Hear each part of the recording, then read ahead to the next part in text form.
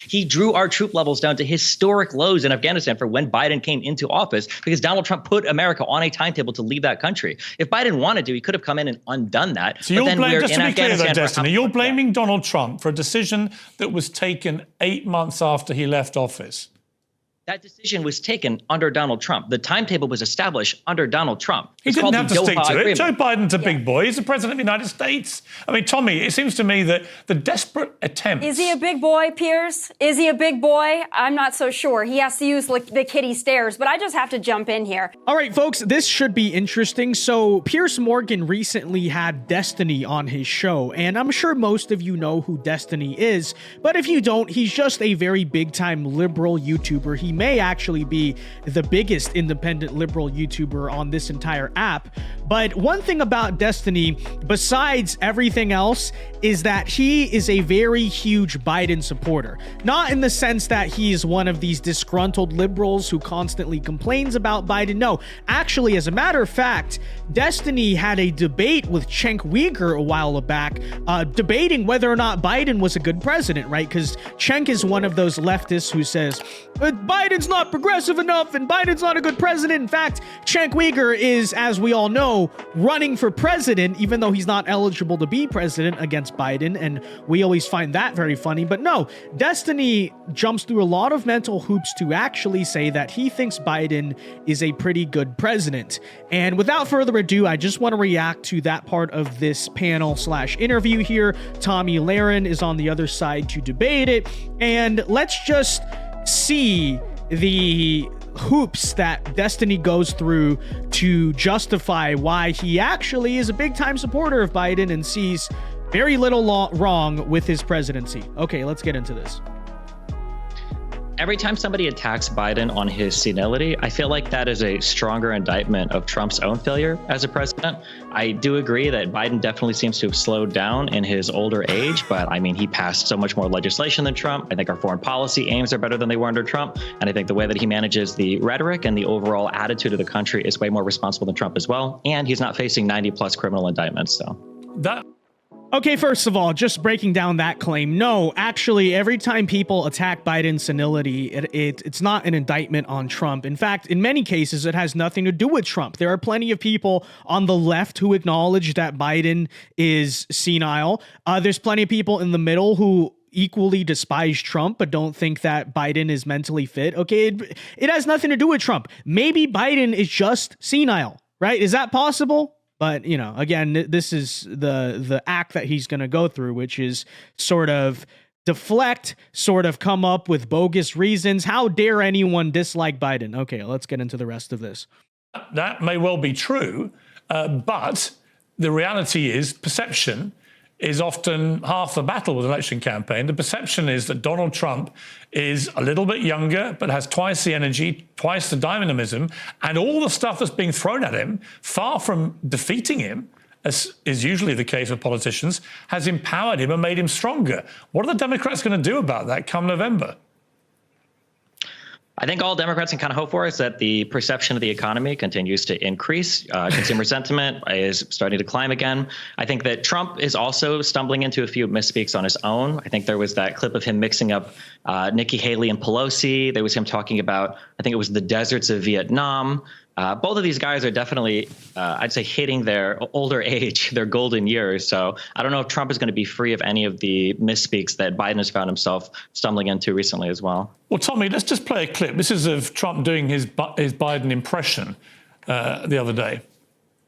Okay, before we get into that, let's address that as well. First of all, the economy, yes, is doing slightly better than it was, say, 2 years ago, right? I noticed that inflation has dipped a little bit, et cetera, et cetera. The problem is that's relative, right? It's still, I would say in 2024, much worse than it was in, say, 2019 or 2020 before the pandemic. And so people are going to realize that too, right? Are you better off than you were 4 years ago, or we'll say maybe 5 years ago? No, absolutely not. That's number one. Number two, even if Trump has a few gaffes here and there, he physically seems more alive than Biden, right? Very few people will look at Trump and then compare it to Biden and say they're equally senile. And a lot of liberals try to make this argument. You know, Bill Maher has said this, Cenk Uygur has said this. We've actually reacted to some of that. And it's just cope. It's just illusion. Nobody believes that. Okay, because when you look at them side by side, one is undeniably more mentally incapable than the other one. So any gaffes that Trump occasionally makes, they almost always get drowned out by Joe Biden doing that every single speech. So both of those things I don't necessarily buy. When I imitate Biden, who can't find the stairs ever, he goes like this. Thank you. Where am I? Thank you. And then he goes. And he points. And then.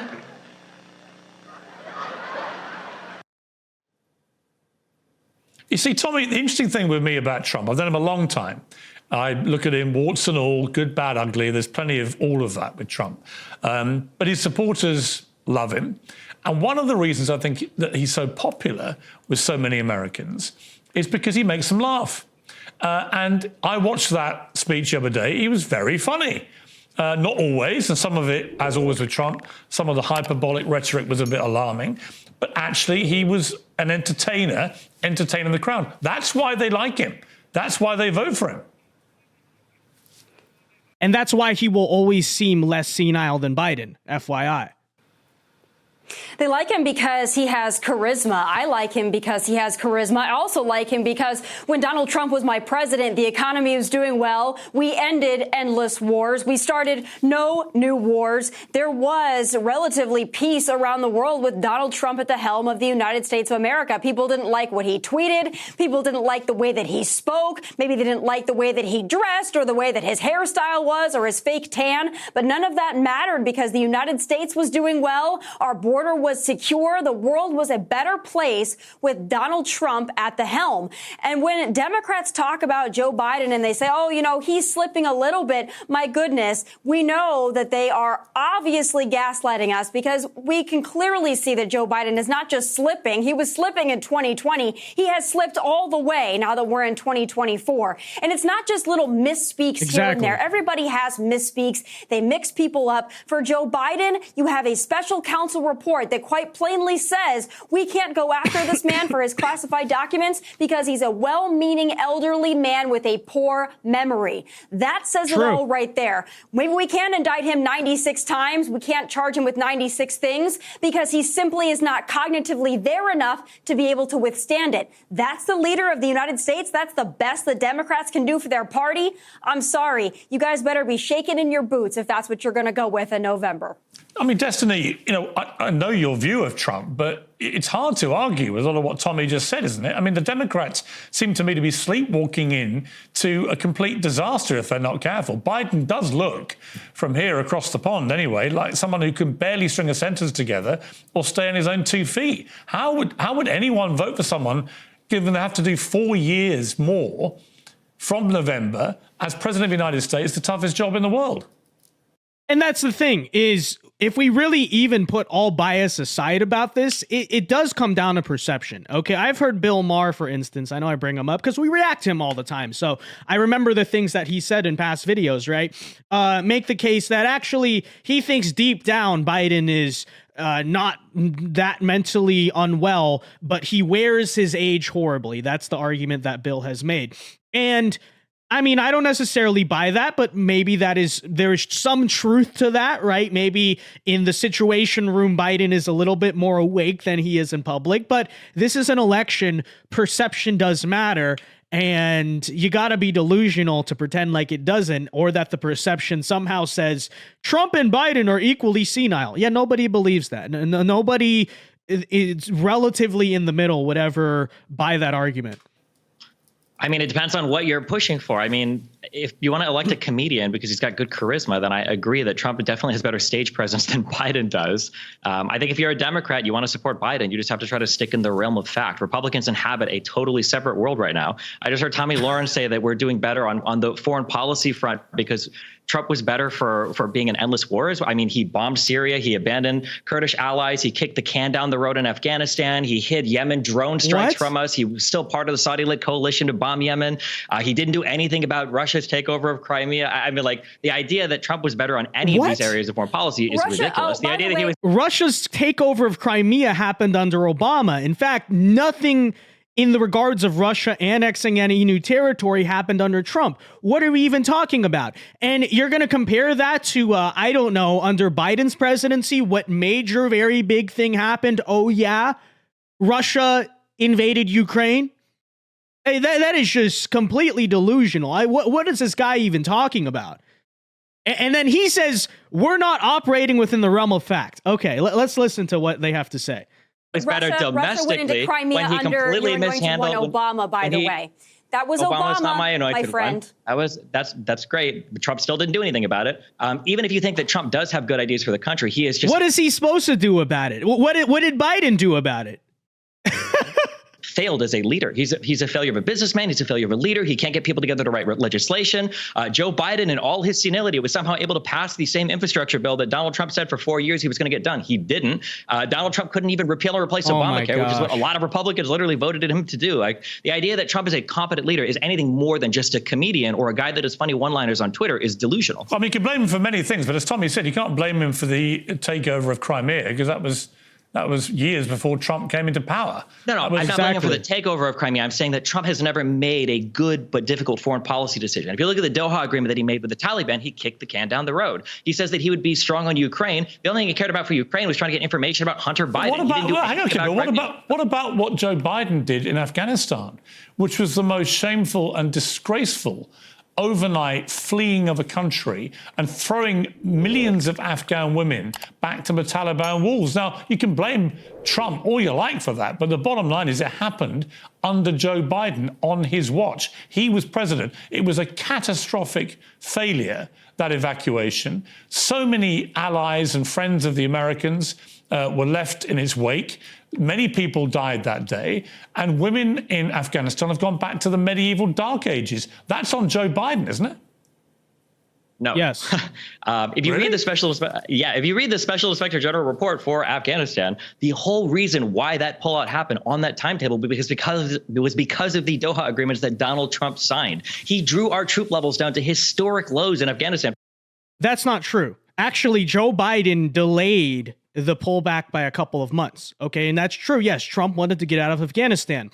I've never criticized Biden for pulling out of Afghanistan. That is a good move. The criticism, and I know some neocons have, but my criticism has always been, well, you handled it very poorly. You know, you don't have to pull out. You want to pull out at least with the appearance of victory. You don't pull out, desperately and leave behind your equipment and just create that whole disaster. And Donald Trump has talked about that too. But if you want to blame, so I don't know if Destiny is a war hawk all of a sudden. He's saying, oh, they should have stayed in Afghanistan.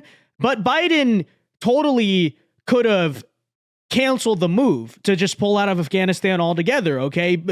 Many presidents have broken far worse promises, but the fact that Biden pulled out a couple months after Trump's deadline, as a matter of fact, goes to show that, it was within his power to do this, but it's entirely his fault. And for when Biden came into office, because Donald Trump put America on a timetable to leave that country. If Biden wanted to, he could have come in and undone that. So why didn't he undo it? If you have such a problem with it, then why didn't he undo it? You just attacked Trump for not doing anything about Russia annexing Crimea in 2014, which I don't know what he could have done about that. But then you attack Trump. Or you say it's not Biden's fault because even though the withdrawal of Afghanistan happened under his watch and he could have canceled it. What's this guy talking about? It's just such cope to defend Biden. Yes, I love my president so much. You're blaming Donald Trump for a decision that was taken 8 months after he left office. Exactly. That decision was taken under Donald Trump. The timetable was established under Donald Trump. He It's didn't called have the to stick Doha to it. Agreement. Joe Biden's a big boy. He's the president of the United States. I mean, Tommy, it seems to me that the desperate He's just making attempt- excuses. Is he a big boy, Piers? Is he a big boy? I'm not so sure. He has to use like the kitty stairs, but I just have to jump in here because I don't think anybody wanted to stay in Afghanistan. That wasn't the point. The timetable that Donald Trump negotiated, there was nothing wrong with the timetable. Biden's withdrawal from Afghanistan was catastrophic. He didn't have the support that he needed. He didn't have the strategy that he needed. It wasn't about staying in Afghanistan in perpetuity. Nobody wanted that. I'm sure Democrats didn't Clearly, Destiny seems to want it. want to be in an endless war in Afghanistan either. It was that the what it way is? that Biden handled it. And every time since then, he has failed when it comes to foreign policy. Now we've got Israel at war. We've got Ukraine still and heading into year, 2.5 of war that we are still funding. The world is a much more dangerous place. And that doesn't even bring me to my southern border where we have 10 million illegal immigrants who have invaded on Biden's watch. I'm sure my friend is going to tell me that that is Donald Trump's fault as well, even though he oversaw the most secure border that we believe in American history that we know of. So there is no disputing the record. Viktor Orban, somebody I respect greatly. A lot of people respect him. Tough guy, All smart right, guy. let's listen to the He made Russia-Ukraine a stuff. statement recently. Let's see what he has to say. You bring back Trump, it'll all stop. They all listened to Trump. They respected Trump. He actually said it stronger than he said they were afraid of Trump. I don't want people to be afraid of me. But he said China was afraid, Russia was afraid. They were all afraid of Trump. Bring him back, and it'll all go back.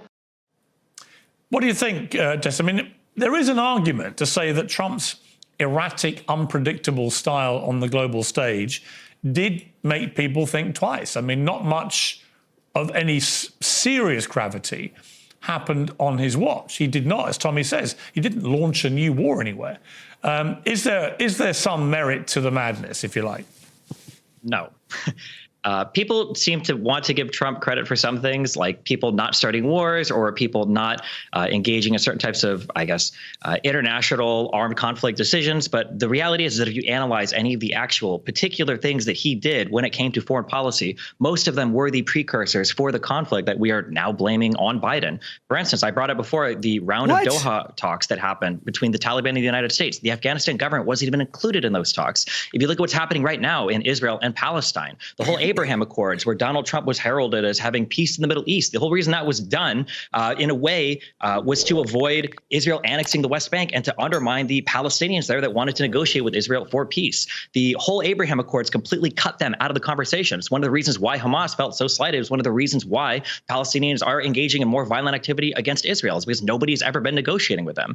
That is such a dumb take on it. That is such a ridiculously dumb take on it. First of all, the reason the Abraham Accords didn't include the Palestinians is, frankly, to put it, especially, in Gaza and stuff, they didn't want to participate in the Abraham Accords. The whole point of it, the reason it's like the Abraham Accords won, was to go after the more moderate Arab countries like Saudi Arabia, like UAE, that are somewhat opposed to Israel historically, but their main enemy is Iran, right? So they actually kind of got together to oppose Iran. And that's kind of the argument of, hey, look, countries like Saudi Arabia, you're modernizing, you're opening up a little bit, and your bigger enemy is the Iranians, so why not make this peace with Israel, okay? So they pick the moderate Arab countries. The Abraham Accords have very little to do with what's going on in Gaza, unless you perhaps want to make the argument, and I could buy this,